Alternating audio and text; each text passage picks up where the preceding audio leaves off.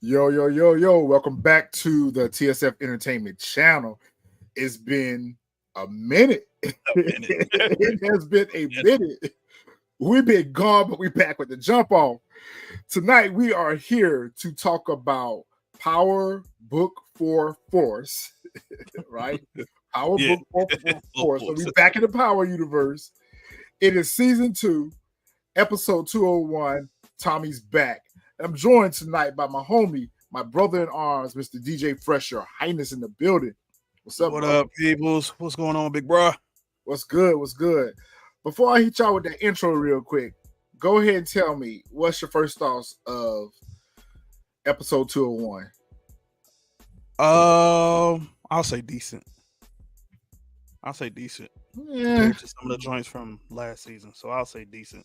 decent is a good way to describe it. Yeah, I'll say decent for sure. Decent is definitely a good way to describe it. So we'll be back to talk about this thing in a little bit. We got some things to talk about. I'm going to go ahead and hit y'all with that intro real quick, and we'll go ahead and come on back and talk about this episode.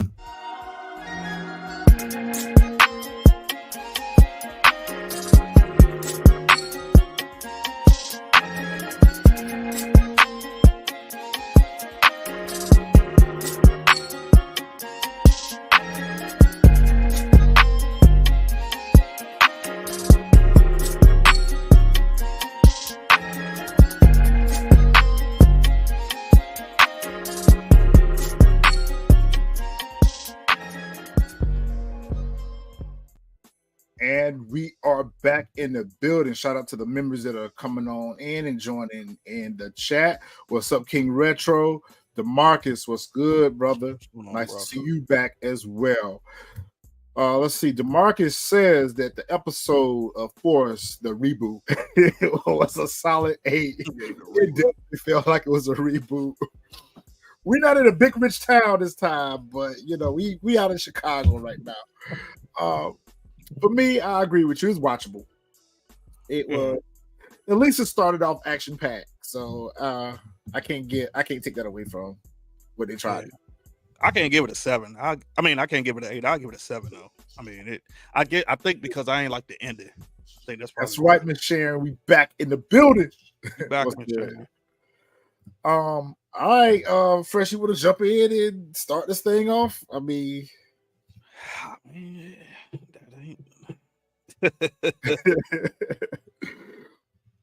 we start the episode off with Tommy. He's kind of living in the aftermath of what happened with Liliana. The whole situation with the Lucky Charms and the cereal on the table and the bowl, didn't really understand what he had going on I here. didn't understand that at all. I was trying to figure that out. I was like, okay, so like, was he pouring the alcohol in the cereal? Like, I don't know what the hell he was doing. I couldn't figure it out. But I could tell. I knew immediately. It was just funny because I knew immediately. I was like, oh man, he drinking, so he got to be thinking about Liliana. Yeah, sure. I'm not so sure about that, DeMarcus. I was kind of wondering about that, where we fall at in the timeline in comparison to book 2 and book 4. I'm going to have to say I disagree, only because Kate is in Chicago here in book 4 Force. When we last saw her in book 2, Ghost, she was actually still in New York. So I kind of feel like this is after the events of book 2. So I'm gonna tell you some other reasons why I think it's after the event. So we'll get to that. It's got. Matter of fact, I believe it is because. Once we get to that part, but yeah, they still think that he dead in New York, right? So yeah, it would have to be afterwards. So man, Tommy really going through. He really trying to figure out what's happening over here. He going through his phone, you know, and he's reminiscing back on Liliana, and it's crazy that they got rid of Liliana so soon. You know, we had a fit about that season 1. They really should have kept her character around just for another season or 2, because her and Tommy had great chemistry. They were good partners in crime. And the fact that she was really, really, really a day one. So once again, Tommy's at a crossroad where he's lost someone he cares about. He's lost the day one, and now he's really trying to process, what to do. Of course, he bent for revenge. So the Flynn family, they in for a world of trouble right now. What's up, Brilly B? Damn, DeMarcus on it. Lucky Charms said that was her favorite cereal. I don't even remember that. He on it because I don't even remember. I think she did. I think she did. Remember, they had a conversation about all the different cereals he had. DeMarcus, I know exactly what you're talking about. Yeah, we didn't like it when she was unalive for. Yeah, she should have never been unalive. Yeah, we needed her around for a little bit longer. Speaking of which, Tommy gets the drop on one of the Flynn's workers. I guess he's a bodyguard or a driver or something to that effect. And he's basically threatening him to reveal where the Flynn's are held up at currently. Because he's trying to get a hold to them, and but he tried to hold out, but he gave up the information, and he was unalive in a rather gruesome way. She wouldn't even have had to. Yeah, this scene right here, this joint had me. I was like, I wasn't expecting that ending though, but like the way but I was still lost because he's asking, and I'm like, he was there, so how wouldn't he have known who shot Liliana? I think we need to go back and watch that episode again, because I think what happened was that it was a shootout, and I don't think that Tommy was around the area in which Liliana had gotten shot at. Okay. I just think he saw her when she went down, and he went to her aid, but I don't think he actually saw who pulled the trigger, because I think it was low-key accident that Claudia actually shot her. I don't think that she was intending to shoot. She was, because she was trying to protect her father. Okay. Liliana was about to get ready. It was about to unalive her pops. DeMarcus says that the actress who played Liliana wanted to be unalive from the show because she did not want to do sex scenes. Okay. I mean, she wouldn't have to, in my opinion, but what's good, Xavier? What's good, Xavier? Okay, so King Retro says she had to drop on Pops too. Okay. Yeah, I missed that part then. So we got Kate being a grandmother, mother type figure for D-Mac, Darnell. She's fixing him breakfast, and she's kind of like tending to him because he just got out of the hospital from being shot last season. So she's kind of tending to him. What's good, Juggernaut? Welcome in. Yeah, I was actually shocked that she was there. Honestly, yeah.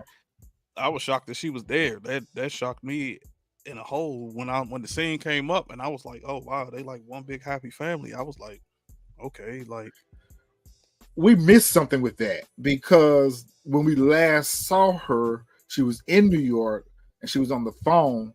So I guess after she got that call from her son, that just prompted her to come on out to Chicago. So we kind of missed what happened we know what happened that brought her out to Chicago. Her mother passed, D-Mac got shot, then JP called and reached out to her. So we knew that was enough to bring her out to Chicago, but they just didn't show her leaving. That's why I feel like in book 2, when we saw that scene where Diana had went up to her door, we saw the boxes and stuff in the background.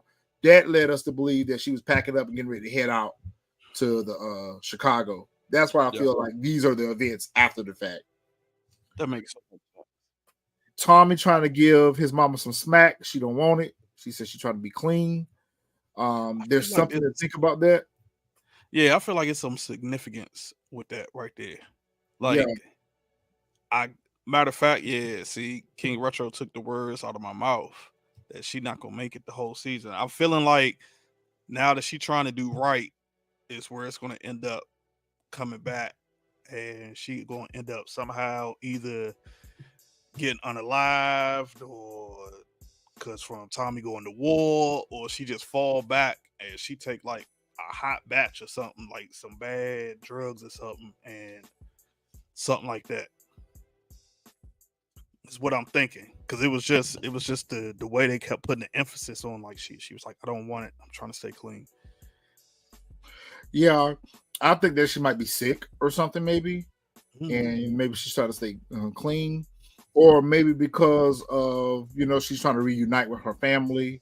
The son she never had an opportunity to have a relationship with, so maybe she doesn't want to come across as a cokehead. Maybe she want to try to clean herself up.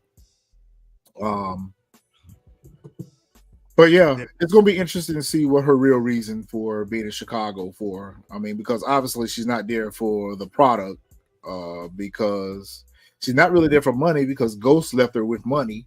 So maybe she is genuinely there to try to build a relationship and restore her relationship with Tommy and build a relationship with JP and his son.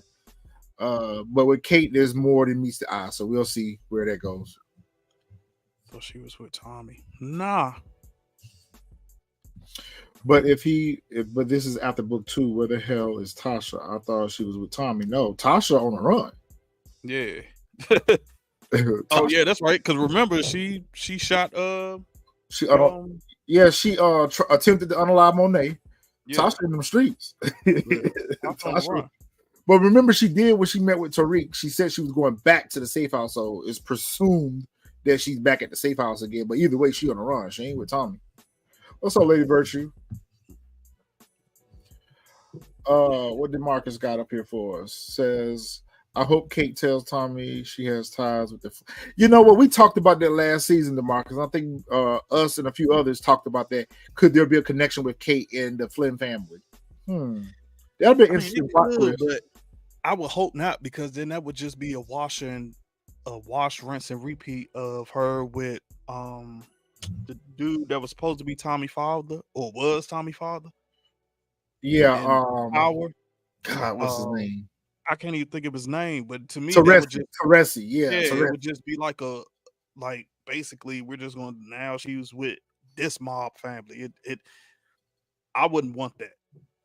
At the very least, maybe she has dealings with them because she used to dance in the club and stuff. So she may know Walter. She may know of Walter. I don't think Kate gonna OD on Dahlia. Dahlia for the streets. Everybody can make their own Dahlia.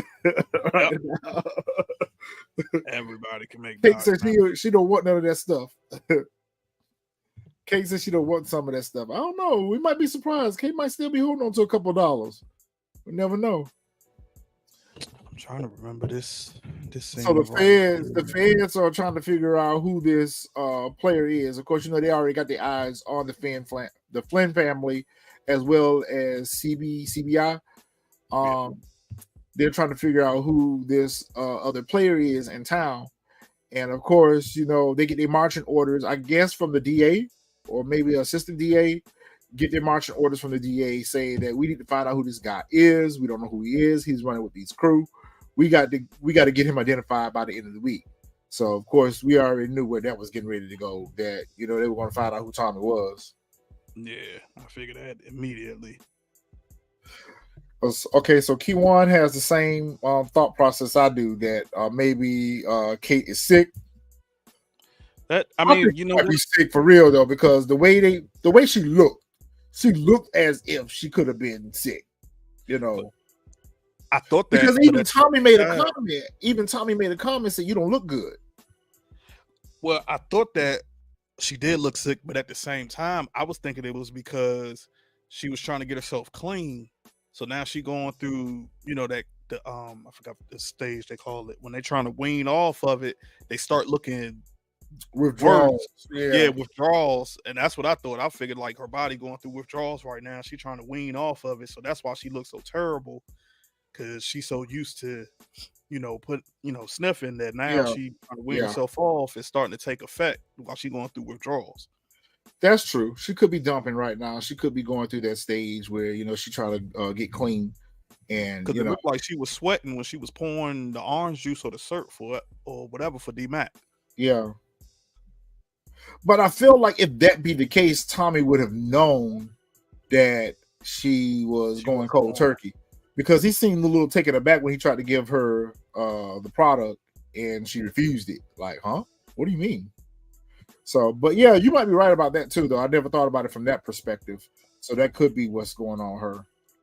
I mean, I don't know. Maybe she ain't tell him. Who knows with power? But yeah. Okay, so Juggernaut is saying the same thing, that she might be going through withdrawals as well. Looks like Xavier and DeMarcus got a conversation going on about possibly Kate having dealings with Dublin. When it comes to fate, expect the unexpected. So Yeah. we see Jenard, and I've just remembered how much I don't like his character. Jenard is having a meeting with his crew and pretty much laying the law down that listen, we're split down the middle. We ain't got nothing to do with Diamond and his crew. We're not messing with them no more. If anybody messing with them, if we have any trouble with them in these streets, drop them on sight. No questions asked type deal. And we see Tommy and Diamond have a similar conversation with their crew as well, letting them know that they're not messing with them anymore. Y'all finna get y'all product from me. Y'all finna get it for 4 bands cheaper than what y'all were getting it for with Jenard. Tommy's my new partner. If you got beef with him, you got beef with me. If you messing with my brother, then I got beef with you. So, and of course, it has to be one wild mouth out the group that's, talking all that smack. We meet a character named Chewy. And Chewy just needed to go ahead and take his product and get his work and get on the out of there. But he got to be a little mouthy. I knew he was gonna fold. Yep. I knew he was gonna fold. I knew immediately as soon as I was like, bro ain't gonna make it. I saw that, I was like, yeah, bro ain't gonna make it at all. I was like, that ain't. Yeah, Jenard's crew treason. I don't even understand. Like more like treachery. That's what you name your crew? Treason? It should be treachery. Like, I don't even think y'all know.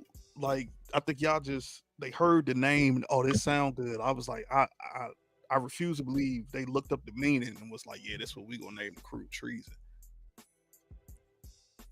Right, Xavier. I said the same thing. True little ass need to shut up. He doing all that little barking. You better stay on the front porch. Let me see. I thought that too. Says that maybe Kate's illness could be related to her going clean. So maybe she has an illness, and because of it, she has to go clean. I think we'll learn more about that in the next few episodes to come. Yeah, dude name was Chewy. It was Chewy. Chewy, you look like B Mickey. Right. Randomly, Diamond gets a call from or a text from old girl from last season. I forgot all about it until you guys reminded me who she was. The reporter that was doing the story on him or whatever, that he was meeting up at the diner and stuff. Mm-hmm. She says she's not cut out for this life and it's over between us. So, like, did it really even get started? I feel like I feel like something's gonna come back later on with this, because to me it was just like it's random. It was too random, and the emphasis on the zoom in from the text, because any other time they show a text message, it's one of them joints that like pop up on the screen while they're showing the character. This true. One is like they showed the whole phone, so I'm like, either she's going to come back or she's going to tie in later on somewhere down the line in the episode, or I was like, this is their way of like writing her character off of the show, because I was like, I couldn't see why they would zoom in on the text message when any other time they just show the text message up on the screen with the words, but they zoomed in on this joint, and then he had no reaction to it. He was just like, okay, and just walked off. Like, yeah, he really did have no reaction to it. The only way I could best explain this is because they included her picture with the zoom in, so as you see, her picture is next to her contact. And because she wasn't really an important character last season, she was kind of like, one of those persons that just kind of popped up mid-season. There was really no purpose for her character, so to speak. I guess that was their way of giving us closure to who she was, and at the same time reminding us of who she was. Because remember, I didn't remember who she was to begin with until y'all was like, oh yeah, that was old girl that he was meeting up at the diner that was doing the story on him. So maybe that could be, or we'll see if there's more to come. Maybe she'll pop back up in the season. I'm thinking that too, King Retro. She's gonna be a rat or something, like something. I don't know, but I think they wrote the character off too. Yeah, I don't know. Might be one of those opportunities where we're looking at is lazy writing, because you are right. Most of the Power universe, when we get text messages from characters, they pop up. But if her name would have popped up on the screen like that, we wouldn't know who that was texting him. We'd been you know what? I didn't even think about that. You're right about that. A lot of people probably would have forgot who it was. I feel like that's why they did that, so they could show her picture in the context, so we could remember who she was. So we see Walter is meeting with one of the dudes from Dublin, who's actually a character from P Valley. He plays Duffy in P Valley, but I can't remember what his character's name is in this show. If anyone in the comment knows his name, drop it in the chat. I don't even think he said his name. They did. They said his name, but I just can't remember what it was. But anyway, he's meeting with Walter to let Walter know that, listen, I sent 4 men out here to support you. Ain't none of them come back home. Brandon, that's it. Brandon Doyle, I want to say. Yep, that's it. Yep. He said, I sent 4 cats out here to support you and help you, and ain't none of them come back home. So there's a price that you got to pay for that. You got to pay your toll. And basically, it's a price for peace. So, he give Walter this number, and Walter's looking at him like, all right. I just remember how much his character annoys me. Man, Vic, I forgot that he was on this show. Please take Vic somewhere, because I don't feel like listening to him. Vic is going through it, yo. Vic got him a whole bottle and he busting down. Vic is thinking about Gloria and how he lost the love of his life in his life and at the hands of his own father. So him and Claudia are both held up at Claudia's place. They both in their feelings about what happened with their father. And, Vic is plotting his get back. So there's going to be some more problems that Vic and or Claudia are probably going to cause for their father. So, which is probably going to make things a bit of a mess. Yeah, I feel that. And I'm trying to figure out what is the significance of this. I've watched it and paused it on that part so many times to try to figure out what was written on whatever this piece of paper We're going to have to get DeMarcus and Xavier on this. I don't know either. I was trying to figure it out too. Because it's got to be some significance, because it's the way he's just sitting there looking at it. I'm wondering if that's a piece of paper because it's all crinkled up, it's something that he held on to. So I don't know if it was a note from Gloria or something. That's what I was thinking. I'm like, is it a note from Gloria? Does it have some type of significance to tie his father into a crime or something? I couldn't figure it out at all. I was lost. If anybody in the chat knows what the significance of this note was, please put your boys on, because I'm confused. And the reason why, at the same time, I was thinking it had to do with his father was because, while he was looking at that, then he calls. Yeah. So, oh damn! You know what? I forgot about that, DeMarcus. I see what I told you. I told you that DeMarcus or Xavier, they were gonna know. It ain't man. That joint didn't look like no dream house. It looked like it was some writing in another language or something. Right. After we finish this live, I'm gonna go back and I'm gonna watch that scene. I'm gonna pause it and walk all the way up to the TV screen to look at it close. You about to walk all the way up to the TV screen. You better do like I do, screenshot it and then zoom in. Yeah, that's what I'm probably gonna have to do. Oh, Diamond, he gets a new parole officer. We found out that his former parole officer, which I really don't even remember at all, because at first I thought it was the cop, the dirty cop that was riding around that who had the sick sister. At first, that's who I thought was the parole officer, but that's not him. I don't even remember the parole officer. I don't think they even showed him. But either way, we found out that the former parole officer was on CBI payroll, and he got fired because of it. He's got a new parole officer who's a hard ass and who's laying down the law and let him know that if you sneeze and I don't like it, you going back to jail. So I got a feeling. Two things come to mind when I think about this parole officer. One, he's end up going to get unalive, or two, he might be working with Jenard. And Jenard might be using the parole officer to put the squeeze on his brother to kind of eliminate his competition with his brother. So it's one of the two. I feel like he's gonna get dropped though. I didn't even think about that. I looked at it from these two standpoints. I figured, one, like you said, he's gonna end up and it'll probably be Tommy that end up doing it. He's gonna end up getting unalived, or two, because he's squeezing Diamond so much, Diamond is gonna want to get out. Like he's gonna tell Tommy like, yeah, bro, like, dude, like I can't move. Like my PO is, is on me. So like I'm out.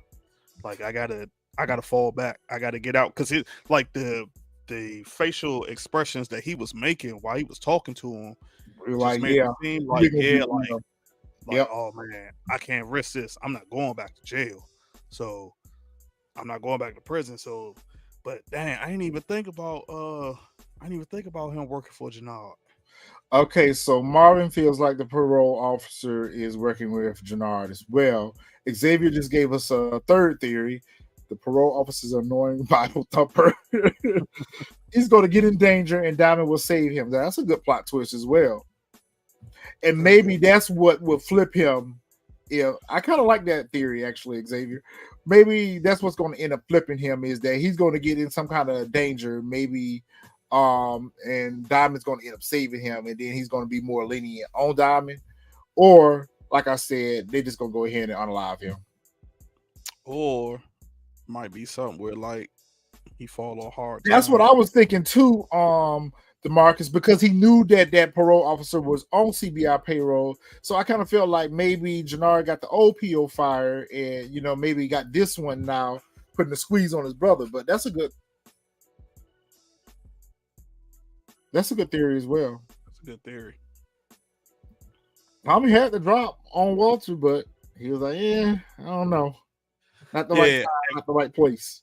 The first time I watched it, I didn't get it. I was like, bruh, the man was right there. I was like, why you ain't? Then the second time I watched it, I said, okay, now I realized why he didn't take the shot, because the dude at the beginning told him he'd be by himself.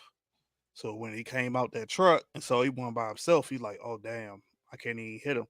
But I'm still thinking, like, in my opinion, like, this not even Tommy, because Tommy don't even move like that. Like, that was sloppy. In broad daylight. Yeah. I was like, that was sloppy. So even let's say Flynn was by himself and you would have shot him, it would have been no way you would have been able to run anywhere, and you don't have no silencer on that gun. It would have been nowhere you could have ran where nobody would have saw you. Yeah. Yeah, I don't understand that either, Xavier, because Walter is never moving by himself, because it's odd that Paulie's not with him, because usually when we saw Walter, we always saw Paulie, that was his driver or whatever, or his right hand at the very least. So, yeah, Tom's going to have to be a little bit more creative to get the drop on Walter. And now I'm thinking the dude at the beginning just told him that to set him up. Yeah. Saying that, like, Walter be by himself. So, like, because he probably knew, like, oh, yeah, he about to get ready to unalive me. So I'm going to tell him so he gets set up and get unalived himself. Yeah. Yeah. So Walter pulled up to Claudia place and like, yo, what's up? What's good? I've been calling y'all. I've been texting y'all. Y'all know we out here on the run. We on the lam right now. We trying to get rid of this maniac that we got here in these streets looking for us. Like, we need to stick together. We need to be family. We need to basically everything I did for y'all. I did for the family. So like, I understand y'all mad at me or whatever. But we got to put all that to the side and we got to get at this dude that's trying to get at us. And they ain't trying to hear all that shit he talking. They were like, yo, we mad at you. And I can't even remember what Claudia's beef is with him. I know what Vic's beef is because of the whole Gloria situation and manipulation. But what is she in her bag about? Because she wanted to run the company. He wouldn't let her. Like, she been trying to be the one. That's why she was running Dahlia on the side. Because he wouldn't let her. She had been trying to tell him, like, yo, I got this product. I got this, etc. And he kept telling her the first season, like, no, because he wants Vic to run after he, after he passes away, after he, after he dies, he wants Vic to run the family. He doesn't want Claudia to run the family, but she's been wanting to run the family, been trying to prove that she can run the family. So that's why she was doing the whole Dahlia thing on the side without him knowing. And I think the other part to that is once she found out that her father was the one that was responsible for a lot of the manipulation and what happened to Gloria, I guess that was like the final straw for her, I guess. Nah, I think it was Nah, I don't even think she cared about that. I'm trying to remember what it was, but I think it was just I think I remember Vic had got in her head that told her like, yeah, we can't trust him. Like he doing this, he doing that. Uh, the Dublin people, because that was the main reason why they was hiding in the first place, was from the people from Dublin, because That's right, because they all got unalive by Tommy. they all got unalive. So Yeah, and that's when he come in and tell him like, nah, we good. I made the deal. So then this is where she tell him like, because Vic's still saying we can't trust him. So she's like, nah, we just gonna make him think that like, we trust him, we working with him. But meanwhile, me and you, we gonna team up and we gonna take over the whole family and everything. Walter is the Lou. Hold on a minute. I thought I had on the screen.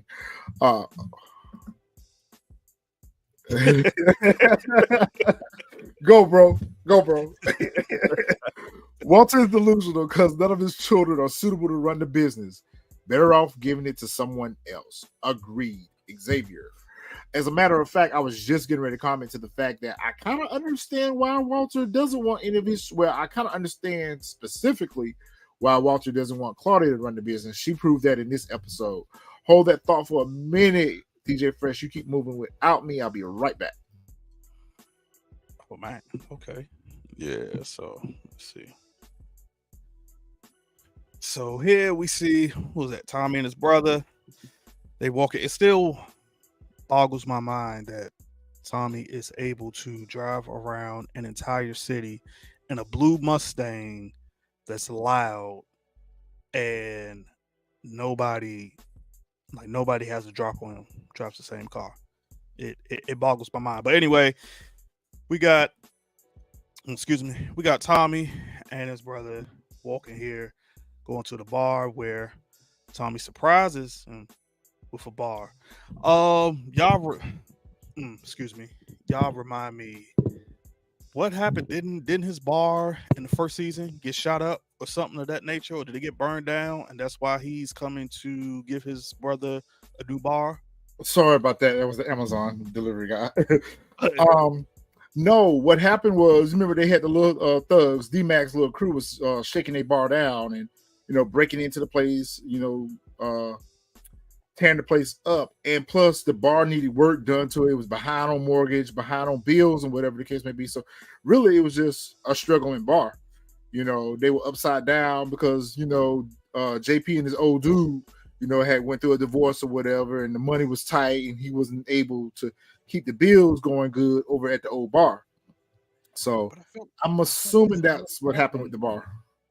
I don't know why I feel like that bar got burnt down or something. It got shot up, I remember. I remember it got shot up, but I feel like something else happened after. It got shot up twice, I think. Them comments getting ready to tell us what happened to it. Yeah, y'all let us know. So they finna tell us what happened to it. Yeah, I just can't remember. I'm gonna have to go back and watch that or whatever. And see, it's a prime example, as you can see, but like you said earlier, that's probably why they showed the actual person, Adrian's name and face, to get her character off, because this is generally how they show. That's generally how they show text communication. Yeah, generally how they show text messages. So let's go back to the bar for 1 second. What do we think is going to happen at this bar? Because at one point, DeMarcus, thank you for the super chat. Appreciate that, DeMarcus. DeMarcus says Vic was the reason for Gloria's death because he helped Tommy take out the Serbians. They retaliated on Vic, and Gloria got caught in the crossfire. Paulie never put the hit on Gloria. That's correct, but it didn't change the fact that his father ordered the hit.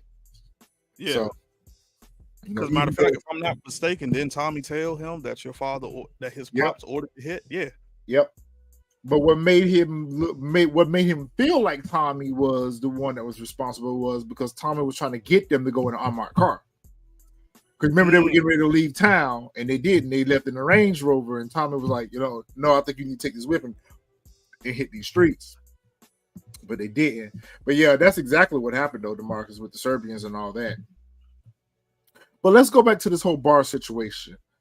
What do you think is getting ready to happen with this bar situation? Either is this going to be the place where Tommy washes his money? Yep. Or is this going to be a place where they're going to be trapping out of the bar as well? If D-Mac getting ready to come work there, they're going to be selling work out of that bar too. I think it's for him to wash money. I think eventually he's gonna end up coming to him and be like, "Yo, we need to wash money." Okay, yeah. So DeMarcus says D-Mac shot up JP's bar twice. I knew it was twice that bar got vandalized. Because the last time he went outside and confronted him, and that's when he realized that it was his son that was tearing up the place. Yeah. Okay.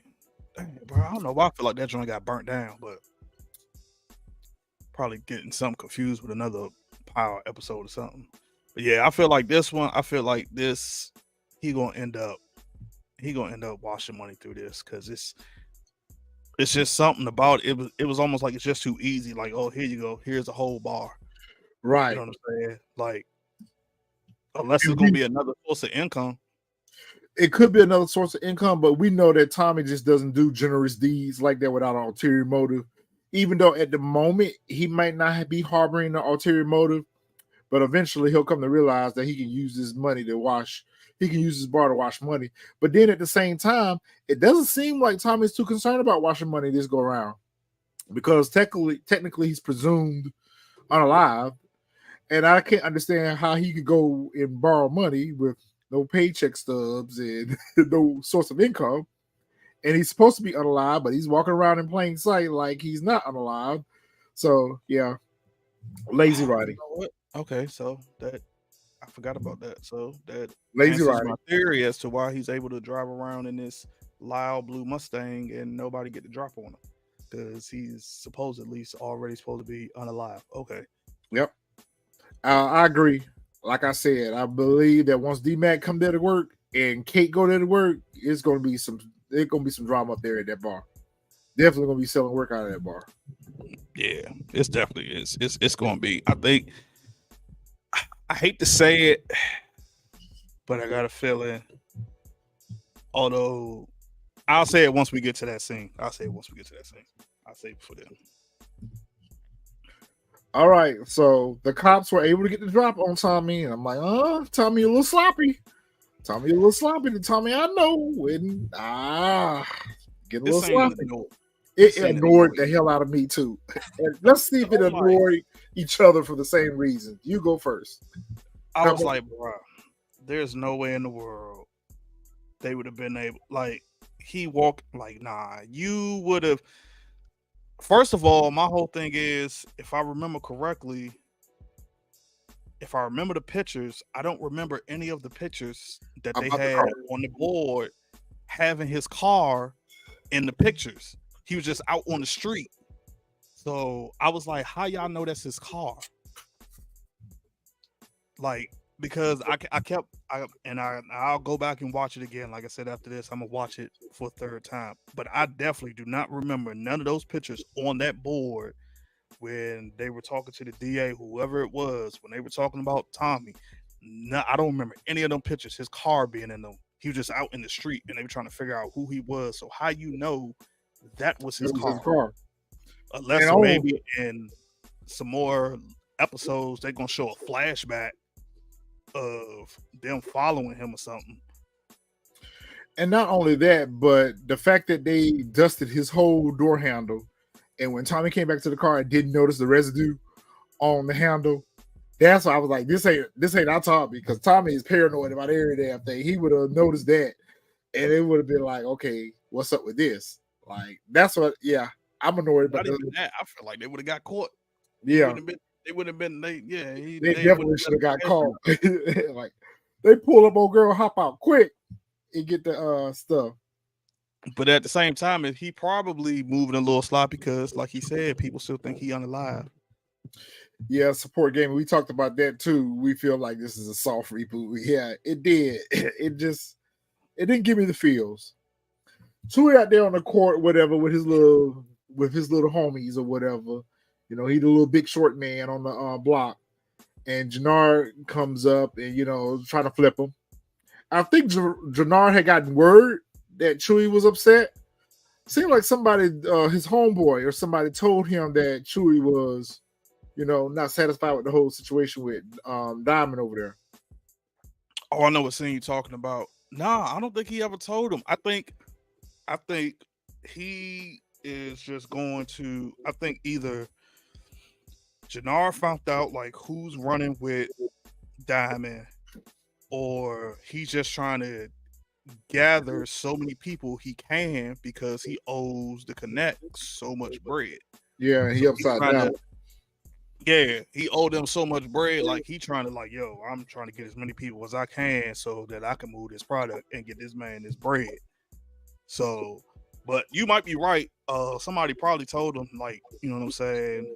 Because think on this, if I think on this scene, like he brought up Diamond or whatever. But you might be right though. Somebody might have told him. But I just feel like he trying to get everybody he can to, so he can get that bread back because he in debt right now. Yeah, he did. And of course, Chewie took advantage of a situation because he was already getting his work for 31.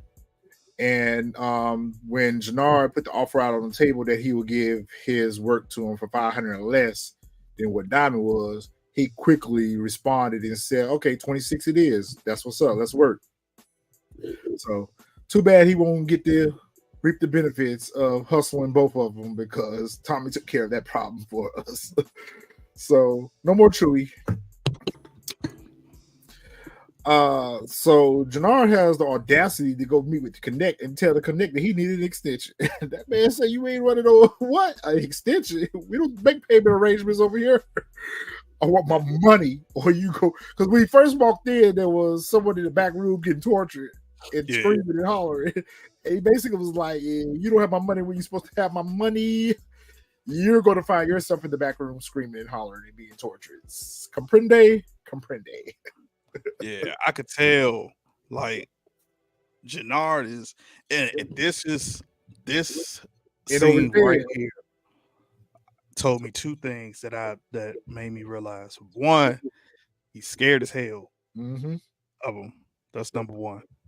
Number two, when I looked at all of the like power in general, I was like, yo, why are all of the connects either like in a cartel or like they're overseas or something? And I'm like, you know what I'm saying? Not saying like, of course, you're always going to be like a little bit frightened or a little bit mind conscious of who you mess with. But I was like, y'all these big bad dealers. Meanwhile, you're scared of, I was like, it's either the Connect. Yeah, the Connect. I'm gonna be the only one that don't be scared of they Connect, right? I was like, I don't get it. Yeah, I was like, Tommy the only one who ain't. I was like, he ain't bow down to Lobos. Dang, I can't even think of the Russian. Milan. All of them, yep. Xavier, I wasn't going to bring this up on the live, but I guess since you brought it up, I said the same thing. I was like, yo, it's summertime. We finally get a power season that's actually in the summer, and they all walk around dressed like they're winter. Yeah. Yeah. The Mexicans were appropriately dressed for this season. That's correct. But yeah, Jenard is in over his head. Yo, he ain't got the resources. He don't have the money. He doesn't seem like he's got a real stable crew. And on top of that, so kind of going back to the theory that we had about the parole officer, what if it's Diamond that ends up having to save Jenard? Because I don't think Jenard gonna make it out this season if he don't patch things up with his brother, because Jenard just ain't set out to be a kingpin. He's not at all. He's way in over his head. He thinks he can because he was holding it down while Diamond was in prison. So he think like this is nothing. Like I can do it. But you're right, support gaming that these connects over here in Chicago ain't having all that, because Tommy thought he was gonna go up in there and run that meeting, and they put his ass in the back room. So you wait, right? Me, they ain't having that. See, and then I knew he was gonna come later on down the line because I'm like, okay, as soon as he come out, now Merkovic is calling me. Yeah, so that told me that like, yo, Jenard way in over his head, like, bruh, he got some trouble. But see, part of that comes from the fact that he had all these sideline deals with everybody, and he ain't make good on none of them. Because remember, he made a sideline deal with Merkovic on getting rid of Tommy, and he promised him that territory. well, Tommy's still here and they still got the territory, so you didn't make good on that promise. Then he tried to go work with Claudia. That shit didn't work out. Then he tried to spin off his own crew. So, you're making all these sideline deals, but you ain't keeping your word on any of it. So nobody want to work with it. That's why he trying to go to. That's why I said I think he's just trying to get everybody that he can, so that he can pay these debts off. Cause he owe everybody. He trying to get everybody he can. He went straight to Claudia to try to, get back moving Dahlia so he could get some bread. And she like, nah, I'm good. So I think that caught him off guard. I think Freddie Gibbs wasn't their connect per se. I think Freddie Gibbs was they were giving work to him, but didn't they get rid of him? The dude that was out in Indiana. They got rid of him, didn't I thought? That was D-Mac's friend cousin. Yeah, and then some went south with the deal. Yeah, I got to go back and watch a little bit of season 1 because I'm lost in a lot of things. Man, Tommy took his ass over there to if we're gonna be partners, then I want to meet the connect, man. Listen, Tommy, you should have stayed a ghost. But Tommy's so thirsty to want to become the next kingpin that you're putting yourself out there. So it's fair to say that Tommy is going to come up with a plan to get rid of the connect as well as the Serbians. So we'll see. Who's smarter, Jenard or Kane? I'm going to have to give that to Kane. Yeah, I'll give that to Kane. 100%. Like, it's already shown that Diamond is way smarter than Jenard, so I would definitely give that to Kane. Yeah. At the very least, Diamond don't know how to make subtle moves. I mean, not Diamond, but Jenard doesn't know how to make subtle moves.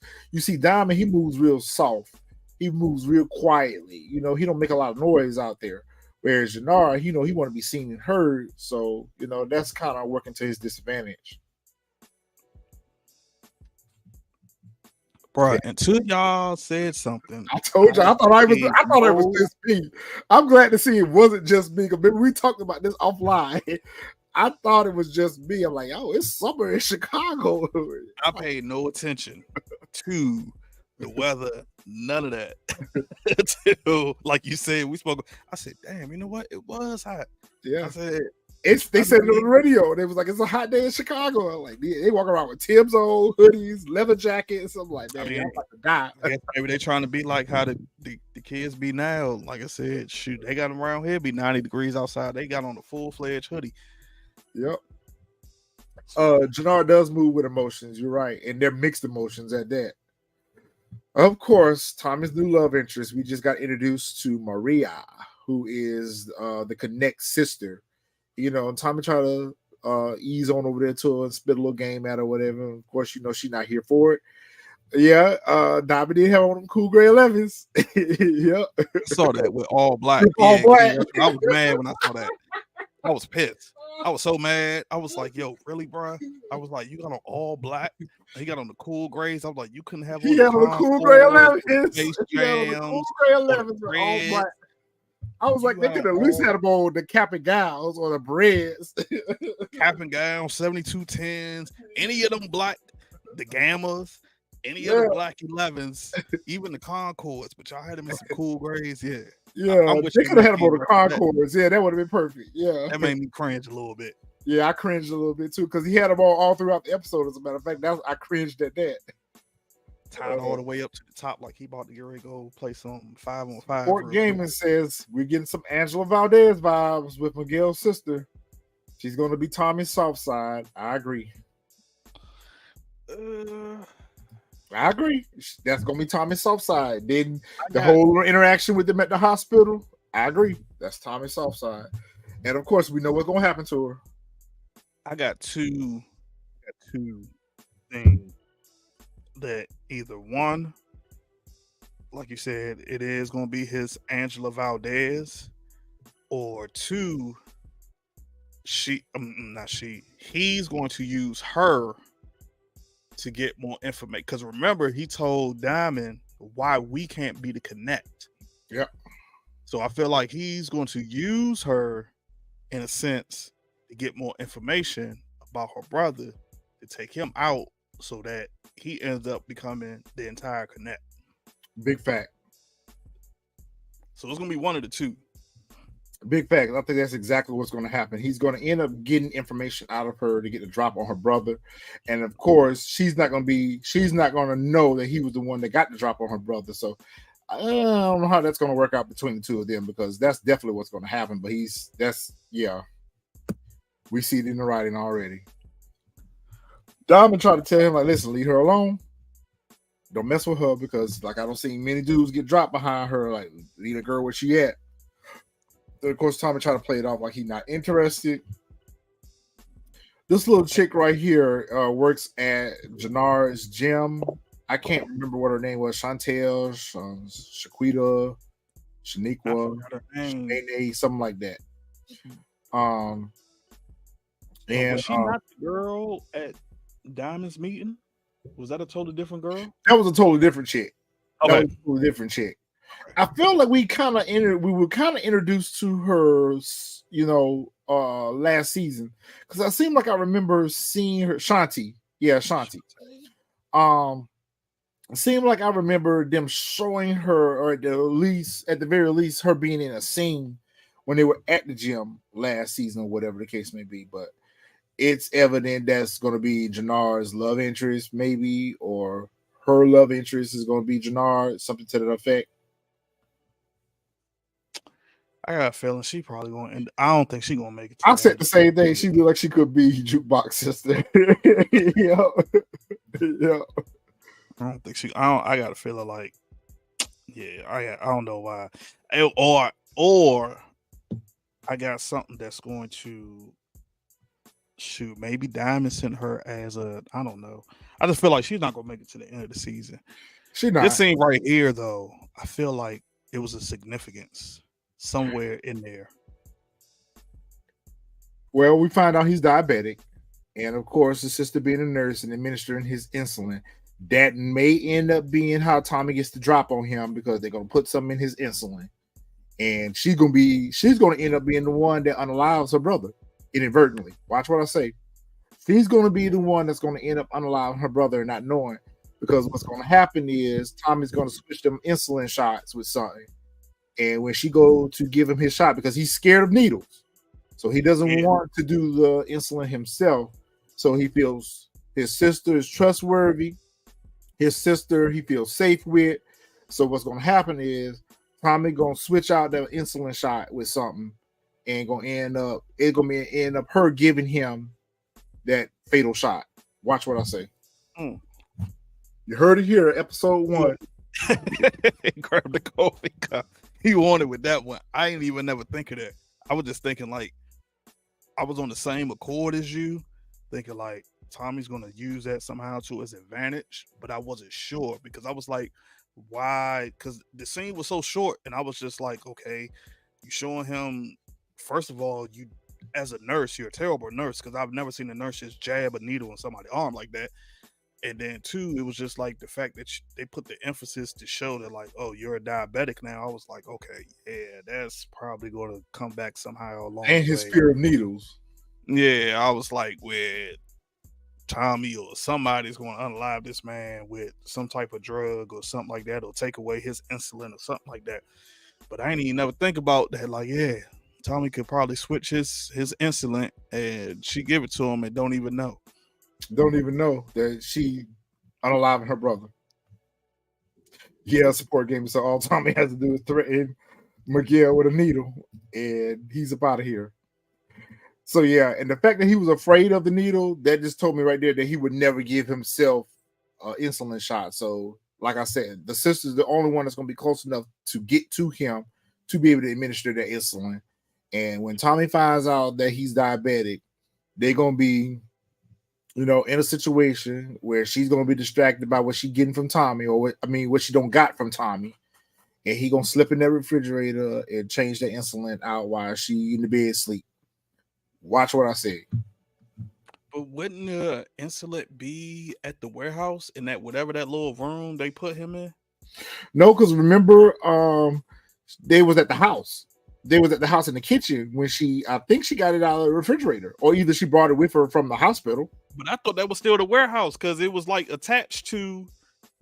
Because remember, they came in the back, they walked through the warehouse, and then that's when he told Diamond, tell him go, and he walked inside this door, and then somehow it magically became A like house. a kitchen. Yeah. A house, and the kitchen, and everything. I felt like it was their house because they had the family pictures and stuff up and their childhood pictures up. But you're right, I never did think about that. You're right, because when they first came in, it looked like they was at some grimy, dingy looking warehouse. Yeah. And then all of a sudden they just reappear in the kitchen. Yeah. Yeah, they just appeared in this kitchen or something. Because I was trying to figure that out when I was like, okay, so is this? I thought this was grandma's house. Time travel and power, you know. They have warehouse or something, but yeah, you got a teleportation room or something they go into. What's going on with Diamond right here? This is where Diamond and Tommy. Him and Tommy were talking about something. I can't remember what they were talking about. They was talking about the this is where Tommy tells Diamond we need to be the connect. Yeah. Or whatever. Like we need to why we got to go through. You know, we should just be the connect. So that's when I was like, that's when I started thinking like, okay, like somehow, some way, that's what made me think like, yo, he's probably going to try to play his sister to try to get more info so that they could be the connect. But also made me realize, to go back to my theory from earlier, was when, Tommy tried to pass him Jay and Diamond wouldn't take it. And he was like, nah, because remember his PO, random drug tests and alcohol, stuff like that. Random drug tests, and it's like he like, nah, I ain't even trying to get myself caught up in no situation. So that's when I was thinking like, okay, that's what was making me thinking like somewhere along the season he gonna be like, you know what, like I'm done, I'm out, like I'm not going back to prison for you or nobody else. Like my PO about to violate me because messing around with you, because that's right. Said he can't speak with no known fellas or nothing. No known felons, yep. So, okay, so maybe somebody in the chat can explain it. So when Tommy calls JP, because Diamond says, you know, he tells him Claudia has dialed, you're running again. How did I'm lost? Because I know the girl wouldn't have put the ingredients out online to get out of that, because that was stupid. So I'm lost as to like, what did JP do to get the ingredients to leak them? Oh, you know?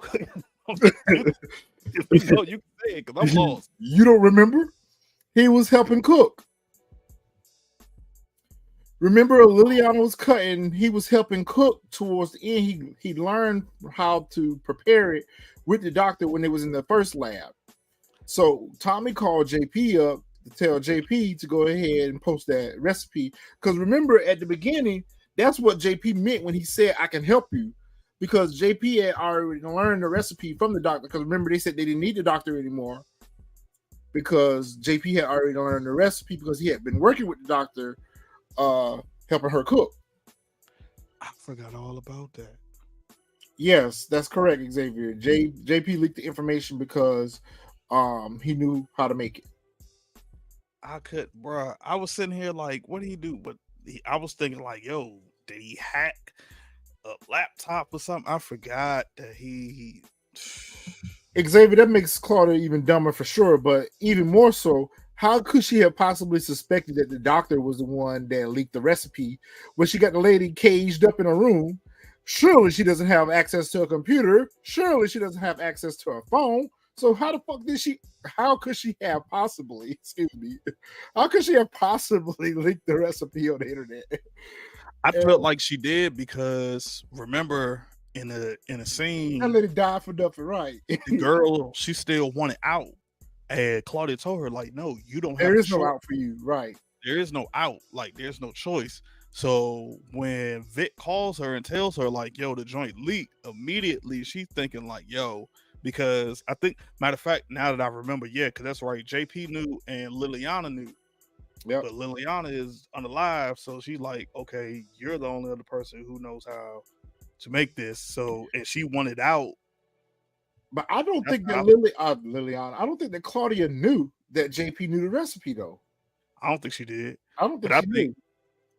But I think automatically, just because she wanted out, that's why the first place she went to was straight to the doctor.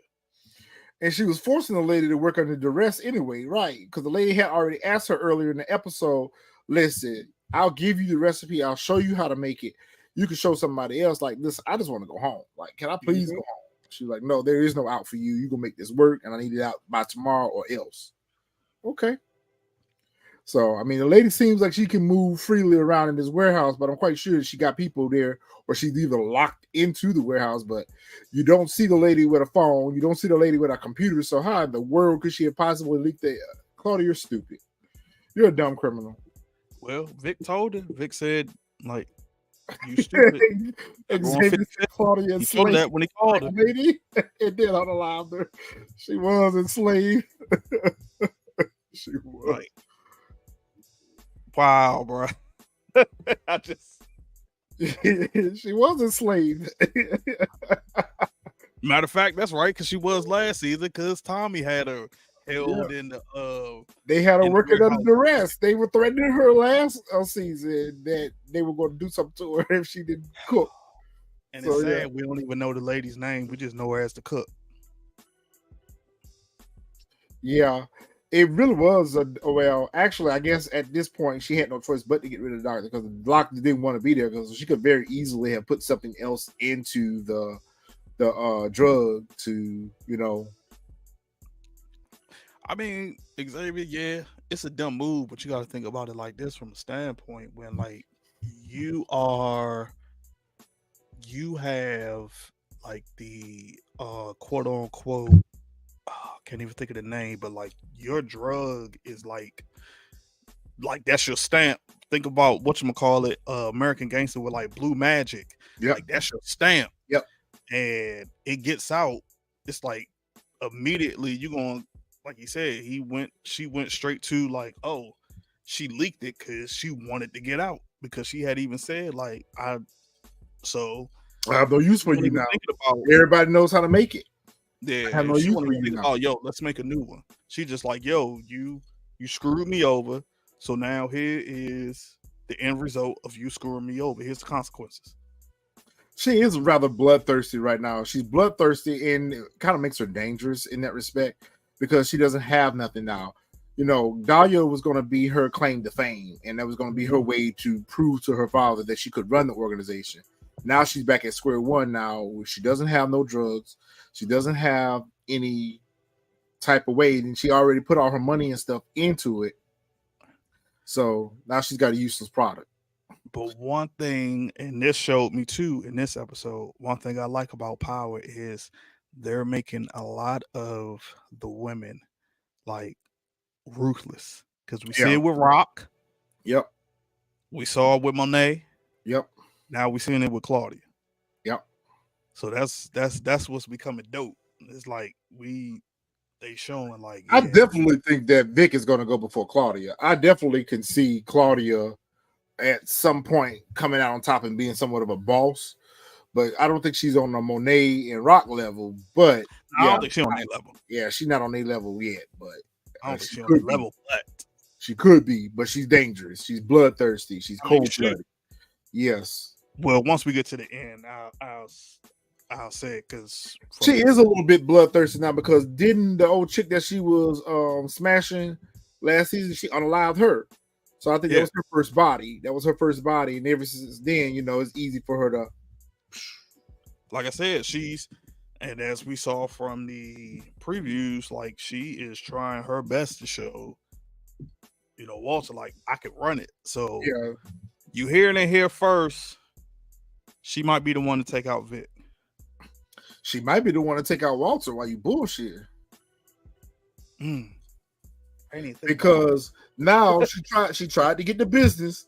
She tried to get the business the I'm not gonna say the correct way, but she tried to go about it the right way. Yeah. with her father's blessings. Now she couldn't get her father's blessings, so then she tried to go about it and usurp him by coming up with her own criminal organization. That ain't work. So now the only thing that's left for her is to take it by force. So that's what's gonna happen. I didn't even think about that. Yeah, you might be right with that. Maybe she take them both out. Maybe she do some Godfather 2 type. Vic need counseling right now. He gonna take himself out. He gonna take himself out. He gonna jump off a building. Vic needs counseling right now. He needs some help. Team up with either Tommy or he's gonna team up. I feel like Vic is gonna team up with somebody. I just don't know. He might. You're right. He might team up with Tommy because I felt like that's where his character was going last season. He was going over there with Tommy, so I can see that happening. But King Retro says the same thing that she might take out both. Yeah.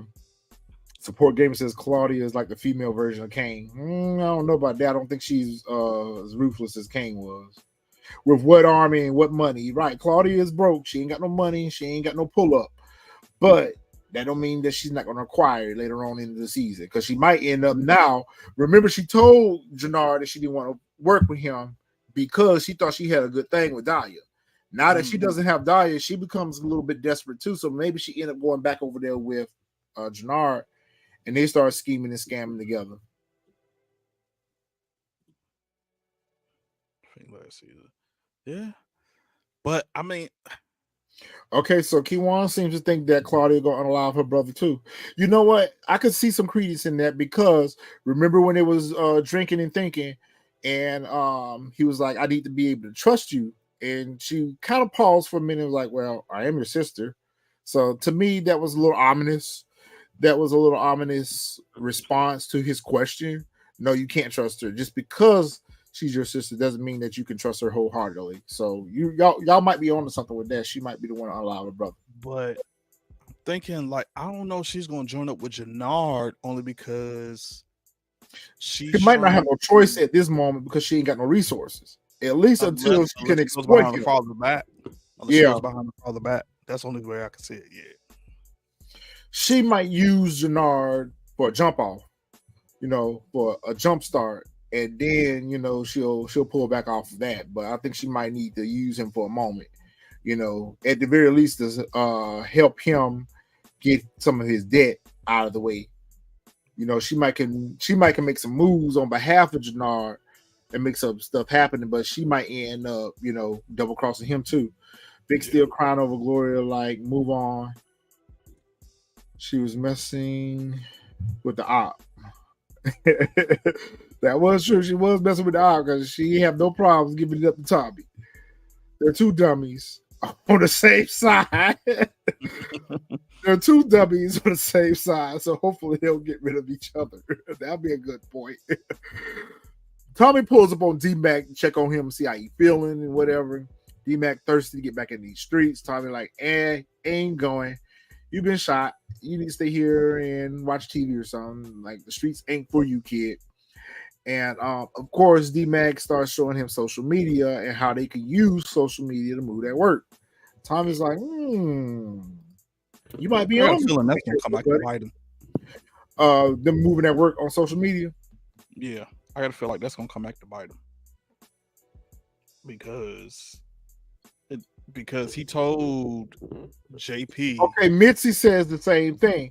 I do remember them showing it, but for some reason I thought it was a blueprint that they were looking at. But Mitzi says the same thing that DeMarcus says, that it was a drawing of the house that he was going to build for Gloria. That's what Vic was looking at in the crumbled up paper that we were talking about. That's weird. Thank you, Mitzi, because we were trying to figure out the significance of that paper. But social media is how these people get caught. Yeah, but this one is not necessarily saying blatantly that I want to purchase work. It's just basically a code for where you can go find the work. So, but I think it's still going to backfire on him because Tommy told JP he's not going to involve D-Mac no more in the business. And now he's involving D-Mac back into it. And I think that's JP's going to find out, or something's going to happen to D-Mac. Something's going to happen where it's going to backfire on him. And either him and JP's going to have a falling out, maybe D-Mac character gets unalive. Something's gonna happen. Like it's just maybe in later seasons. Maybe in later seasons. The reason why I don't feel like it's going to happen this season is because he's already been shot last season. Please don't give me a wash and repeat where something else happens to D-Mac this season. I that'll be stupid. Shoot, I thought it was on this first season. That would be lazy writing. That would be lazy writing if we put the nephew back in danger again. When he was in imminent danger last season, y'all could have just left him in imminent danger. So I could see where that's going, but I don't think it happens this season. I think that develops. That's going to come out later on, maybe the next season, season 3. Maybe in season 3, yes, that's going to come back and haunt them. He got to be blackmailed by the book. He can't disappear. He got to be blackmailed. I'm not sure what you mean by that. Book. He can't disappear. But yeah, I think that but then it's kind of going back to what they were trying to say about D-Mac's character last season, that he was smart, he was good with numbers, he was good with math and everything. So I guess that's to pull us back into the fact that D-Mac is smart and we can find another way, just like they were doing back in Power, the courier system, to sell work online. So gotcha. Okay. Yeah. Tommy pull up on Maria. And Maria, she seems like a roundaway girl, but at the same time, she's like she ain't going. She says she don't mess with your type. You do dirty work with my brother. I know your type. You ain't finna be around long anyway, so I ain't even trying to give you any time. And Tommy was like, "Well, damn, that was rude." And she was like, "I don't think you're gonna be alive long, so no, I don't want to invest no time with you." Now I can see that support game, and I can see that happening this season. JP will get unalive, and D-Mac will want to be taken under. You know what? I can see that happening. I really see that happening. I can see that happening. I'm gonna say really see that happening. That it doesn't, because like I said, at some point, I want all the shows to kind of be like their own show. Like last season of book 2, it was almost like it was starting to be Power all over again. I would hate to see this just be Power again, but written in a different format. I kind of agree with what Support Gaming is saying, because in the Power universe, particularly Tommy's universe, nothing ever goes well for Tommy. There is never a happy ending for Tommy. He always loses something that he cares about. That's his burden that's hardest to bear. He always ends up losing something or someone that's close to him. In this case, it could be one or two people. It's going to be either JP or Kate. And I don't think we're ready for Kate to go yet. So I'd rather see JP go before I see Kate, because Kate has been with us from day one. Kate's unaliving or something happening to Kate, it's got to truly be where the character doesn't want to be on the show anymore and she was ready to move on. But, seeing Kate go, that's going to be a pretty big loss. So, and because their relationship is so dysfunctional, I could see it happening with Kate possibly this season or JP. Yeah. They are starting to mirror each other. It's kind of like almost watching a different season, another season of the same show. That's like the only one that's different is Raising Kanan. That's like the only one because of the time. The time is set in. The timeline is set in. Correct. It doesn't feel like it's an actual whatchamacallit. So that's why, I'm hoping they don't do that, because then this is basically just going to turn into book 2, unless somehow, some way they're doing that for a crossover episode between book 2 and book 4. Xavier, then I would be like, okay, cool. I see your comment, and I have something to say about that, so I'm gonna put a star next to that and come back to that when we get to that scene, because I have questions about that particular topic. Tommy and the crew, they out on the block, they got their workers out there, and Serbians pull up on them like, yo, what's up? You on our territory? Tommy like, fuck off. I paid you 1.5 mil for protection, and you still have my head on a swivel. Get up out of here. I'm not giving up these corners, and don't come around here anymore, or we're gonna bang you. I think what's going to end up happening though, Tommy ain't scared of these Serbians. Now, He's not. The rest of them might be, but Tommy ain't scared of them because Tommy, like, I don't unalive several of your kind. I ain't scared of y'all. Just because y'all eat people, that don't mean I'm scared of y'all. Yeah. Like Diamond seemed like he was trying to keep it. He ain't want no smoke up around him because of what that parole officer already threatened him. So, he can't go blasting off right quick. So, he just kind of sidesteps a little bit. So, for that reason, he's glad to have Tommy around because Tommy can do things that he can't necessarily do.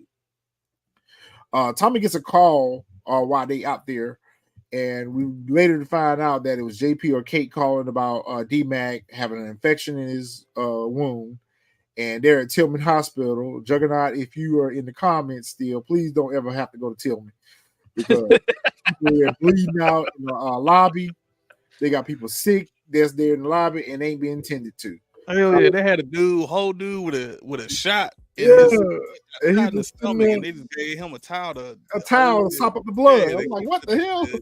I'm like, really, bro? I'm like, this man about to die. And y'all got him with a towel holding the wound just to keep him bleeding out. I was like, damn. All my Chicago people out there, please don't go to Tillman Hospital. Please don't go. True. I thought they were at the urgent care for a minute there. I'm like, what's going on?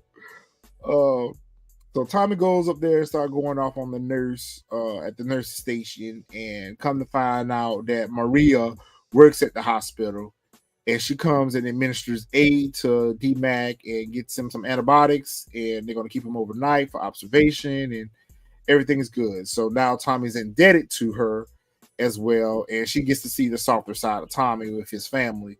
So, we already seen where this is going. They're going as to... well as we see Maria messing with a doctor or a nurse, whatever he was. A doctor or a nurse, right? And we're going to see Tommy going to do something to that doctor or nurse and get rid of him, that co-worker. Yeah, he'll probably end up doing something. I don't know. Poor Jenard done got ran up on in the streets and beat down. He's scared shitless. He's scared. He pissed all over himself right here. Yep. That man's scared shitless. He's scared. Beat down in the streets because he couldn't keep his end of the bargain by the Serbians. So again, we see that Jenard is way in over his head. Like, he don't know what to do for himself. That man is scared. I thought they were going to do something like more than just beat him up. Yeah. Like, you know what I'm saying? Like, I don't know, like give him a stab, something to show like they weren't joking around. They weren't playing with him, yeah.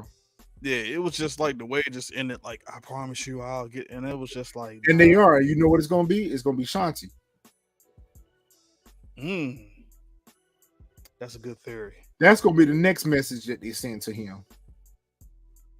I thought you meant that like he was gonna give up Shanti to them. No, what's gonna happen is this was a message that they sent to them, and the longer it takes for him to produce those corners, the more they're going to turn up the heat on him. The next message that they're going to send is going to be through that chick that we seen him smashing, Shanti. Oh yeah, she probably gonna get unalived. Yeah, she's gonna get unalived by the Serbians. So, and of course he's going to. Is that the running thing for power with Serbians? Because I'm like, yo, if it's not the cartel, it's Serbs. Yeah, he shook all right. He's scared. That man's help. Scared. Help that me. Scared to death. Yeah, he's scared to death. Help. It ain't safe out here in these streets, Jenard. Go home. Oh my goodness. So Tommy get a text from Diamond, meet up at the shop, and talk. Basically, they're talking about, Chewy, yeah, and that basically Chewy ain't nobody, just let him go and be where he need to be, and don't worry about it. Tommy like, nah, you might be cool with that, but I ain't gonna take no disrespect in these streets. So I ain't gonna lie, on this situation I agree with Tommy, because it was just like, bro, he was disrespectful. Like, it's disrespectful, and it's just like, yo, if he does it, what's stopping the other people who got the bricks from us? You got to send a message to the rest of the workers. Yes, so it was just like, you know what I'm saying? not saying I don't know if Chewy spread the word that like, oh yeah, I'm getting my drinks for 26 from such and such. But what's up, Quintessential? But yeah, I in this sense I actually agree with Tommy. It was like, yo, we got to show like we not playing around out here. Like we you Yeah, just he had not to going send a to message. bricks. And then because in a sense, literally he was running off with their bricks because He ran off what they were, right. And then you went and switched sides. So yeah, you had to go. What's up, Quintessential? Yeah. You had to let Chewy be the message to the rest of the workers that don't play with me. I'm about nothing to be played with out here. So I agree with Tommy on this one. Look at that man, scared to death, sitting in the crib. Yeah. He thinking about all his troubles. He thinking about all his troubles and how he can. First of all, he got money problems. His crew really ain't that strong. He ain't got no work hardly. So, he really evaluating whether or not, how he gonna make his next move or whatever. Shanti come over and she tries to support him by offering him some money or whatever. He didn't want to take the money, but he took her instead. And I'm like, I don't see it for these two. I don't see the chemistry with these two. So I think that Shanti is going to be collateral damage messing around with Jenard. So we'll see that. I feel like we could have did without that scene, honestly. Yeah, we could have did without that scene, but it's power. We got to have one. Yeah. So, but I knew he was scared by the way he got up and tipped around that corner, right? Tipped around that corner. Like he didn't know it was the Connect, the Serbs, Tommy. He didn't know who it was. He was just. And if you that shook, then you need to be staying somewhere else. You need to be going home every night. If you that shook, I'm gonna be somewhere y'all don't know where I'm at. Right. Because when he opened the door, I was like, it's a big glass right there. Anybody can see you just walking through your crib. Right. Yeah, clap some cheeks, but not with Jenard's character. He's corny, and I just didn't see the chemistry between him and Shanti. So I agree with Fresh. We could deal without that scene. It was boring. I agree with you, Quintessential. He has way too many to not have security. Yeah, or not to be in a safe house. Vic get back to Claudia's place and like, yo, what's up? I thought we were, because he had already told her that, look, if we're going to work together, we make decisions together, 50-50, and she was like, listen, grow up. Like, this wasn't even a decision that needed to involve you. It had to be done. Even though I kind of agree with Vic a little bit because she did jump the gun. She unallowed the doctor for no reason, knowing that that was their opportunity to try to get some work out there. Now, like someone said in the comments, they could have just created another drug, another version of Dahlia, but instead she jumped prematurely to get rid of the doctor. So you know what? Vic was like, you know what? You can have it. I'm out. Good luck. And so he's going to go his separate way, and I think that eventually she's going to get rid of her brother because he's too much of a nuisance. Yeah, I think this is where I think like he's going to possibly join with Tommy, or he's going to feed somebody some information about the Flynn family. Something. He's going to do something. Right, I agree with that.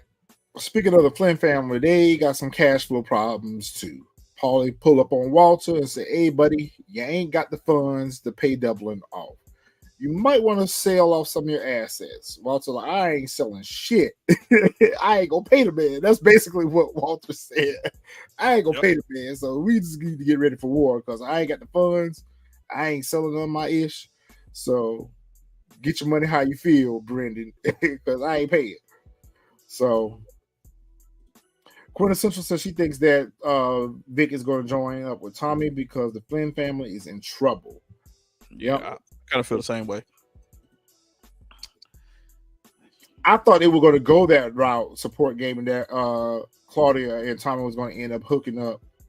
And it could be a possibility why we think that Tommy, but no, Claudia's not going to be able to join Tommy because she unalived Liliana. So yeah, it's going to be Vic. It's going to be Vic that's going over there. Yeah. So yeah, Paulie tells Walter he ain't got no money. Walter said we just going to go to war. So we got the new task force. It's a weak task force. This is a weak task force, but actually, no, it's not even a task force because remember the DA said she's going to request a task force. That's how we're going to get Blanca and Junior. That's how we're going to get Blanca and Junior over here. They're going to be the new task force. That's how we're going to get Blanca and Junior. They're going to come on, and Jenny Sullivan. They're going to cross over here.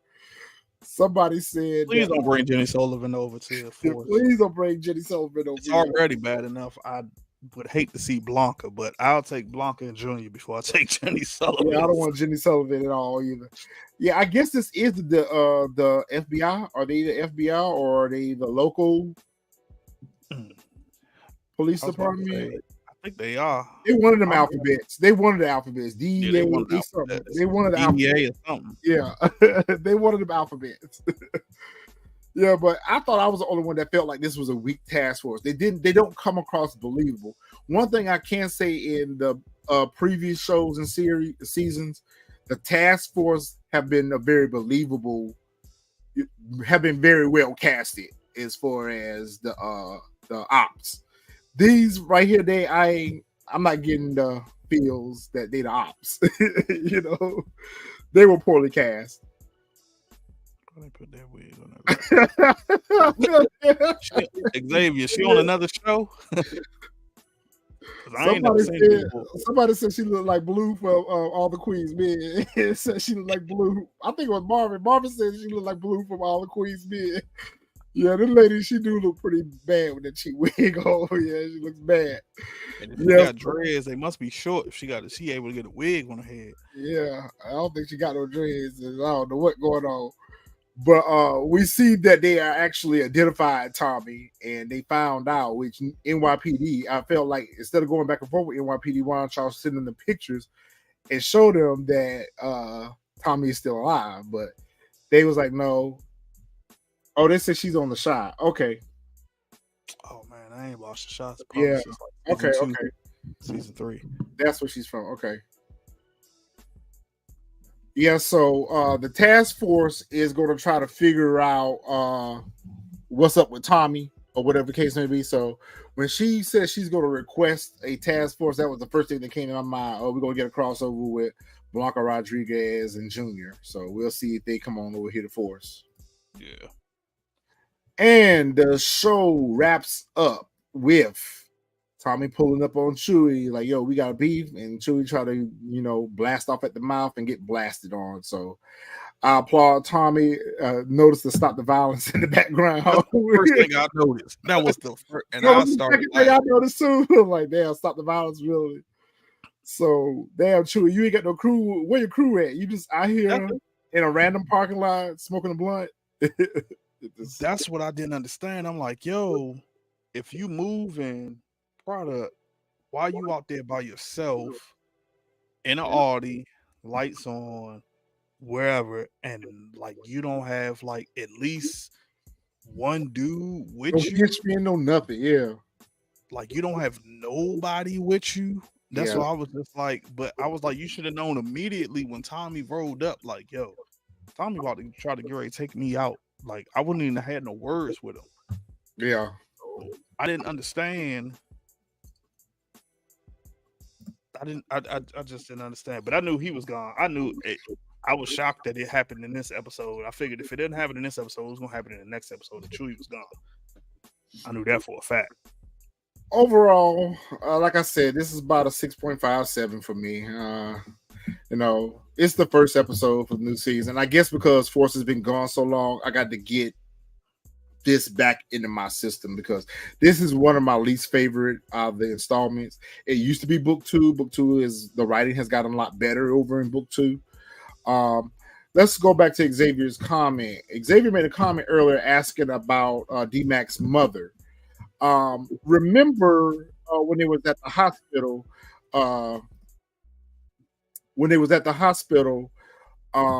Maria asked Tommy, has anyone notified the mother? And Tommy's response was, the mother's not in the picture. What happened to her?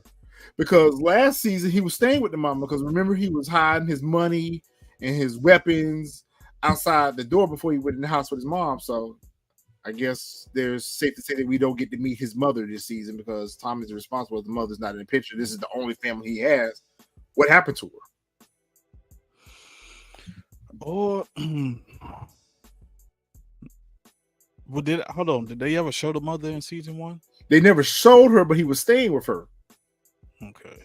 Because remember, he didn't even know that JP was his father last season. Well, he knew, but JP didn't know that was his son. So he wasn't staying with JP. I'm just wondering, like, if lazy writing, his mom was on drugs, or I don't know. That's the reason why. So quintessential, that is the reason why they explained last season why the mother and JP wasn't together, because she found out that JP was, living an alternative lifestyle. Yeah. And that was the reason why they were divorced. But D-Mac was still staying with her. She had custody of him. So they did do a good job tying up that loose end. Yeah, they don't know Tommy like that, so they definitely are underestimating him. Welcome in, Remy. You're a new face, so welcome to the TSF Entertainment channel. Checking out. Yeah, they underestimate Tommy, and even with these fans, they underestimate him. They think they're going to be able to get a drop on him. They don't know Tommy will move a little bit different than the average super thug. So he definitely is. What are your predictions for the season? Man, so I feel like how I felt with book 2. Like, we're going to get, I think who we think is going to get unalived is going to be, it's not going to be obvious. It's going to be one of those surprise type plot twists. Like it was with Glory. Yeah, like how we got with book 2 and everything, because us just automatically just saying, oh yeah, Kate's going to be, whether it's she's sick or something happens or JP is gone, like it's too easy. I think it's going to be somebody, or even with Vic, I think it's going to be somebody that we least suspect, because that's normally how they roll. Because normally, what is it, like about episode 5, 6? That's when they start doing those twists and turns, and we remember book 2. Once we got to what was it 5 or 4, and we was just like, that's when they started everything. Like, it was so many plot twists that caught us off guard. I'm hoping the writers did this with this season. I'm just hoping it's not going to be predictable, because season 1 was somewhat predictable. I know a lot of people didn't like season 1. Season 1 wasn't that bad once you start to get more into it, maybe like around episode 5 or whatever. But like, I just got a feeling. I think at some point, what I think is Diamond's going to win out. Tommy is going to either try to unalive the Connect, or he's going to go to war with the Connect, along with, I can also possibly see the Connect, Jenard, and the Serbs, and the Flynn's trying to take out Tommy. Yeah, that's inevitable. Like, but I mean, like them joining forces together to take him out, because he's the one that's creating all the disruption in the Chicago pipeline. I think what we're going to get this season, I agree with a lot of what you said, actually. But I think we're going to get more synergy this season, as far as all of it culminating down to everyone's trying to get to Tommy. We saw a little bit of that in season 1, but it just wasn't developed out well. I think a lot of the plot twists that happened in season 1 probably could have been saved for season 2, per se. I think we're going to get a different series of plot twists here. I think that Tommy's going to get a love interest, whereas he didn't really have a love interest in season 1. So I think Maria is going to end up being his love interest. But the plot twist with that is going to be he's going to use her as a weapon against her brother. So that's going to lead to disaster. I think that D-Mac getting back involved with the work and the product is going to end up becoming a disaster. JP in this bar gonna start out nice and smooth, but gonna end up so rough, so tough. So we'll see how that all plays out. I hope that we get a little bit better writing. I guess one of the things I don't like about this one is the casting. To me, is I'm not feeling the cast.